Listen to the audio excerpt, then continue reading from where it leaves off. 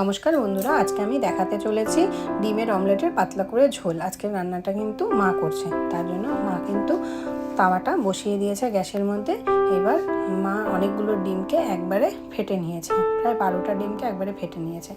নিয়ে এবার বড় বড় করে অমলেট বানিয়ে নিচ্ছে, খুব পাতলা পাতলা করে।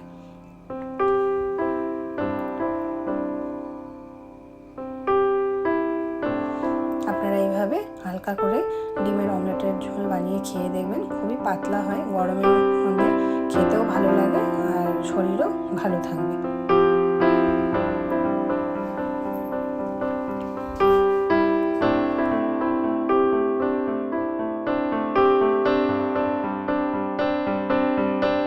ডিমটা একটা পাশ হয়ে গেছে, এবার ডিমটা ভালোভাবে উল্টে দিচ্ছি, উল্টে উল্টে ভালোভাবে এটাকে ভেজে নিচ্ছি। যেহেতু একদম পাতলা করে ডিমের অমলেটটা বানিয়েছে, তার জন্য কিন্তু দেখুন ভেতরটা কিন্তু আর কাঁচা নেই। এই অমলেটটা কিন্তু ডিমটার মধ্যে শুধু নুন দিয়ে এটা ফেটিয়ে নিয়েছে, কিন্তু কাঁচা লঙ্কা পেঁয়াজ কিছুই দেয়নি। অমলেটগুলো তুলে কিন্তু মা নামিয়ে নিয়েছে। এবার গ্যাসের মধ্যে কড়াই বসিয়ে কড়াইয়ে তেল দিয়ে দিয়েছে, সর্ষের তেল। তেলটা একটু গরম হলে দিয়ে দিল একটা বড় সাইজের পেঁয়াজ। পেঁয়াজটাকে 2-3 মিনিটের জন্য ভালোভাবে ভেজে নিচ্ছে।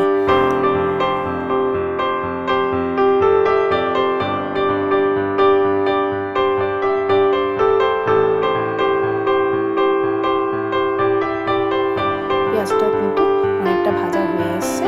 এবার এর মধ্যে দিয়ে দিচ্ছে অল্প করে আদা বাটা আর অল্প করে রসুন বাটা। খুব বেশি পরিমাণ কিন্তু এর মধ্যে মশলা দিচ্ছে না, আপনারা দেখেই বুঝতে পারছেন।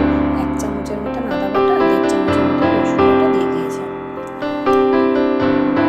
এবার এর মধ্যে দিয়ে দিল স্বাদ অনুসারে নুন, আর দিয়ে দিল অল্প করে হলুদ পাউডার।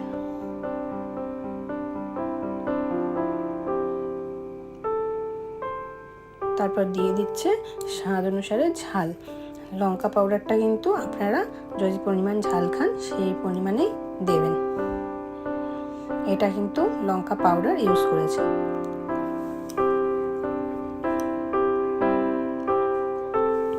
এর মধ্যে অল্প করে জল অ্যাড করে এটাকে কিন্তু খুব ভালোভাবে কষিয়ে নিচ্ছে।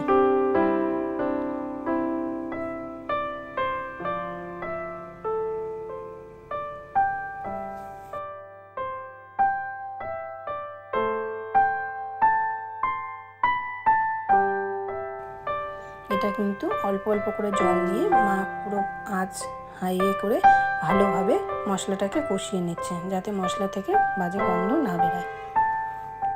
দেখুন বন্ধুরা, মশলা কিন্তু পুরো কষে গেছে, প্রায় তেল ছাড়া শুরু করে দিয়েছে। এবার এর মধ্যে দিয়ে দিচ্ছে 1.5 বাটির মতন জল।